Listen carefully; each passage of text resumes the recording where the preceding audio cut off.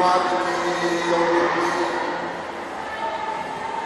الذي ليس لصفته حد محدود ولا نعت موجود ولا أجل ممدود ولا وقت معدود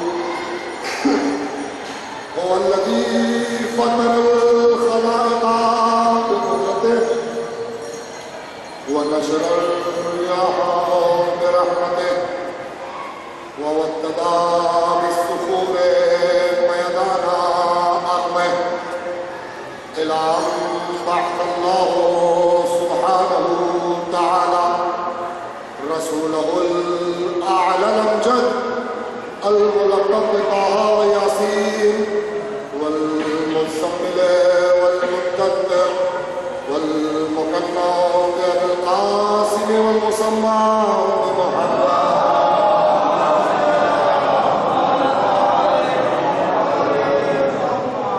ثم الصلاة والسلام والتحية والإكرام على آله الأطهر واللعنة الدائم على أعدائهم أجمعين من يومنا هذا إلى قيام يوم الدين. أما بعد، ألا يا عباد الله، كتاب ربكم فيكم مبينا حلاله وحرامه وفرائضه وفصائله وخاصه وعامه ورخصه وعزائمه ومرسله ومحدوده ومحكمه ومتشابهه. فقال عز وجل في هذا الكتاب المذكور الملقب بالفرقان العظيم والمسمى بالقرآن الكريم: بسم الله الرحمن الرحيم. فنريد أن نمن على الذين استضعفوا في الأرض ونجعلهم أئمة ونجعلهم الوارثين.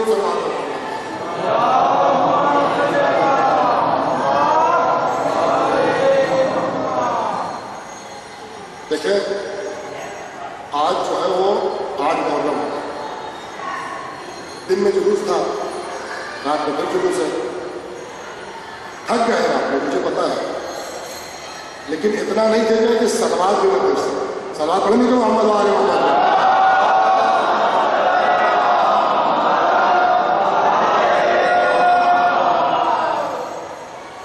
مسلسل اس آیت گرامی کا ترجمہ ہو رہا ہے.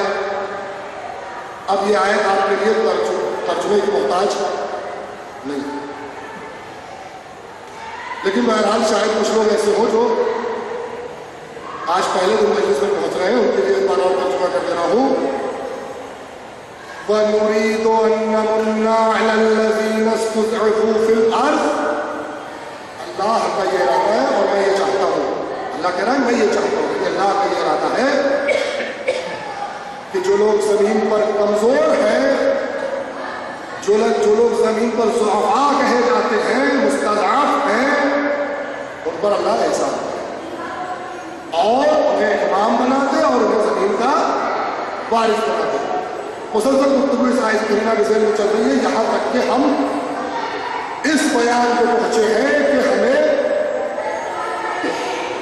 جناب امام ظہور، امام زمانہ کے غیبت کے زمانے میں کیا کرنا چاہیے، ہماری کیا صفتیں ہونا چاہیے، شیعوں کے اوصاف کیا ہونا چاہیے.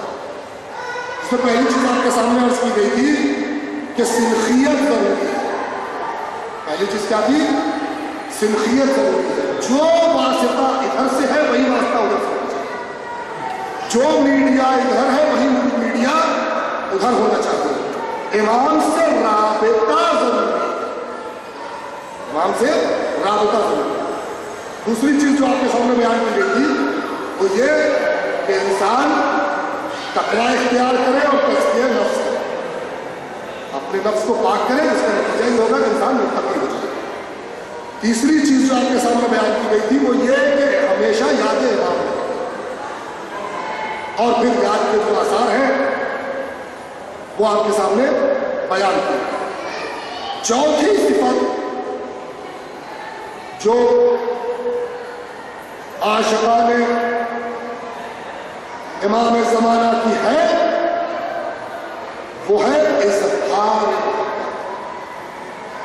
اظہار موت،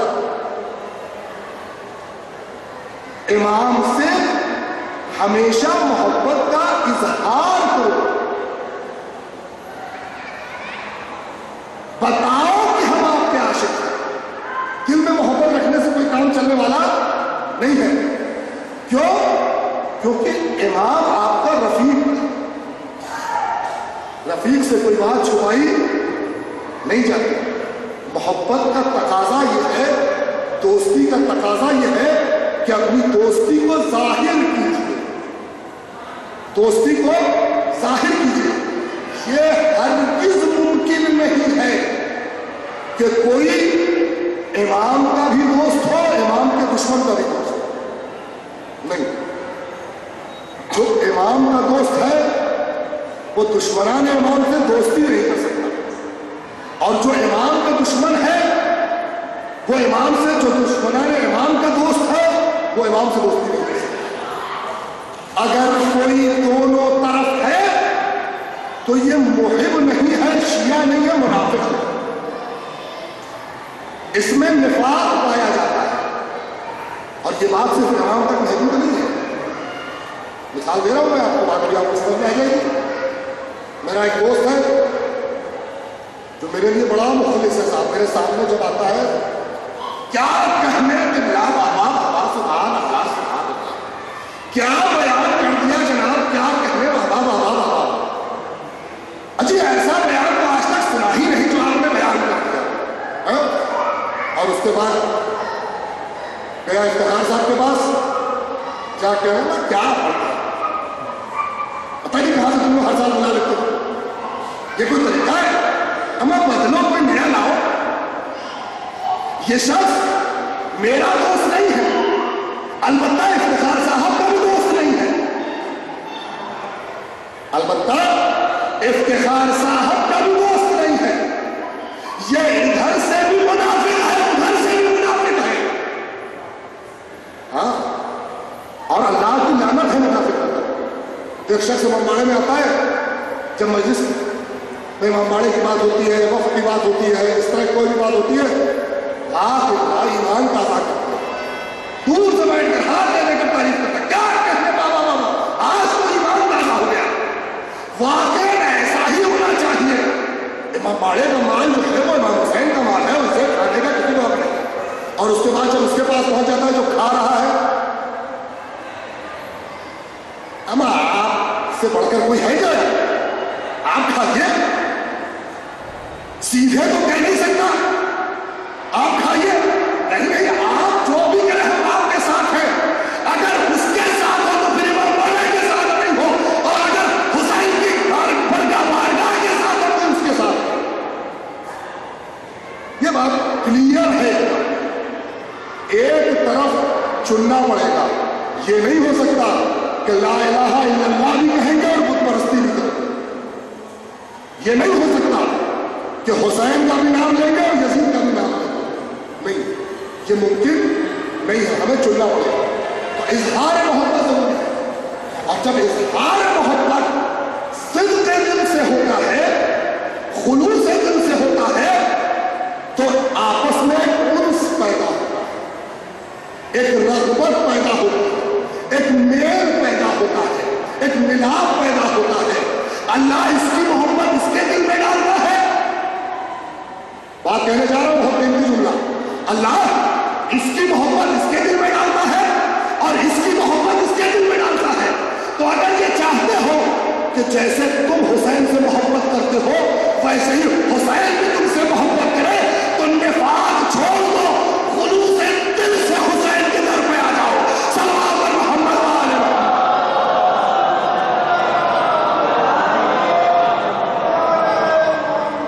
نفاق چھوڑ دو، خلوص دل سے، صدق نیت سے امام حسین کے در پہ آ جاؤ۔ امام جو ہے وہ پہلی صفت ہے امام کی، القمیص الرفیق، اللہ ہو، امام آپ کا سب سے قریبی دوست ہے۔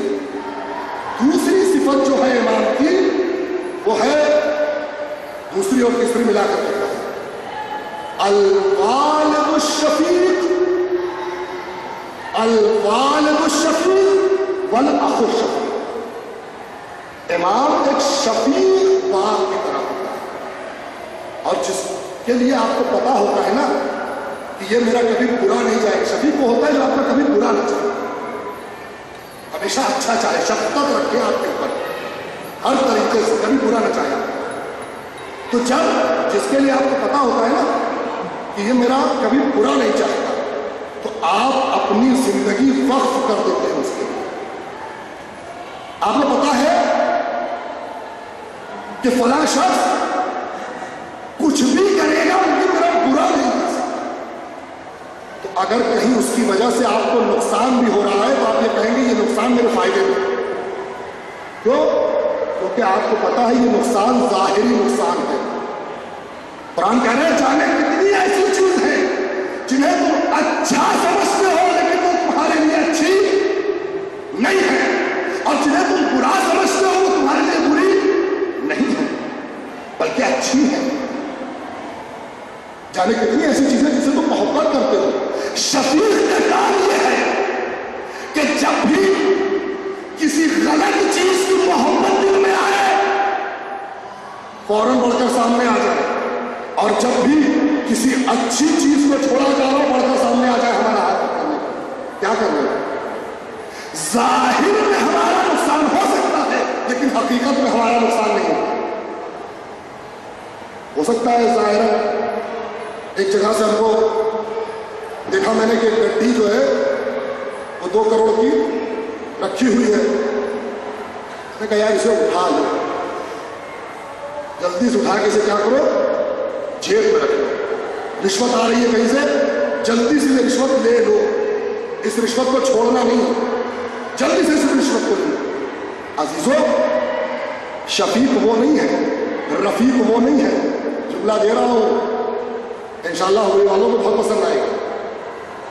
شفیق اور رفیق وہ نہیں ہے جو پڑھ کر یہ کہے کہ اگر یہ 2 کروڑ اٹھا لیا تو تمہاری زندگی بن جائے گی، بلکہ شفیق اور رفیق وہ ہے جو یہ بتائے کہ اگر اسے اٹھا لیا تو اس کے اٹھانے سے تمہارا نقصان کتنا ہوگا.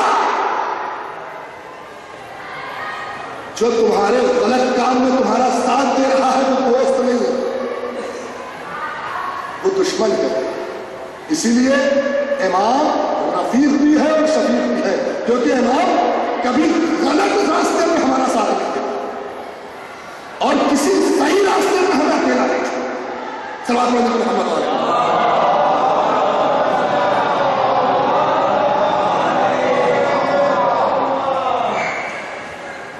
حدیث سنیے، اظہار محبت. پیغمبر فرماتے ہیں کہ جس کو اللہ سے دوستی کرتی ہو، جس کو اللہ سے الفت کرتی ہو، جس کو مجھ سے الفت کرتی ہو، اس کو چاہیے کہ وہ ہمارے آخری حجت کا دوستدار ہو جائے، ان سے محبت کرے، ان سے دوستی کرے. میں بار بار عرض کر رہا ہوں کہ دوستی کا تقاضا ہے تسلیم. کسی بڑے سے دوستی کا تقاضا ہی تسلیم. مولا جیسا آپ نے کہا ویسا ہی ہوگا. مولا آپ نے کہا انتظار کرو ہم انتظار کریں. مولا آپ نے کہا حق پرست رہو ہم حق پرست رہیں گے. مولا آپ نے کہا میرے جد کا ماتم کرو ہم آپ کے جد کا ماتم کریں. مولا آپ نے کہا ظلم مت کرو ہم ظلم نہیں کریں گے. مولا آپ نے کہا چوری مت کرو ہم چوری نہیں کریں گے.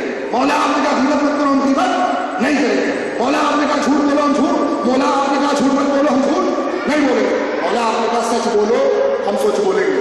مولا آپ نے کہا مظلوموں کی مدد کرو ہم مظلوموں کی مدد کریں گے. مولا آپ نے کہا اپنے حق کے لیے لڑو ہم اپنے حق کے لیے لڑیں گے. مولا آپ نے کہا کہ اسلام کے لیے اپنی گردنیں کٹا دو، دین کے لیے اپنے کو قربان کر دو، اپنے کو قربان کر دیں گے لیکن دین کو بچائیں گے.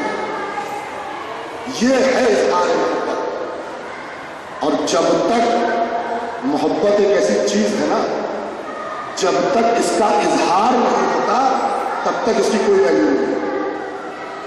ہاں بڑی محبت کرتے ہیں صاحب ہم آپ سے، بڑی محبت کرتے ہیں، لیکن ہم آپ کو ایک فون بھی نہیں کرتے حال پوچھنے کے لیے. کاہے کی محبت؟ کیسی محبت؟ ایک خط بھی نہیں لکھتے حال چال پوچھنے کے لیے.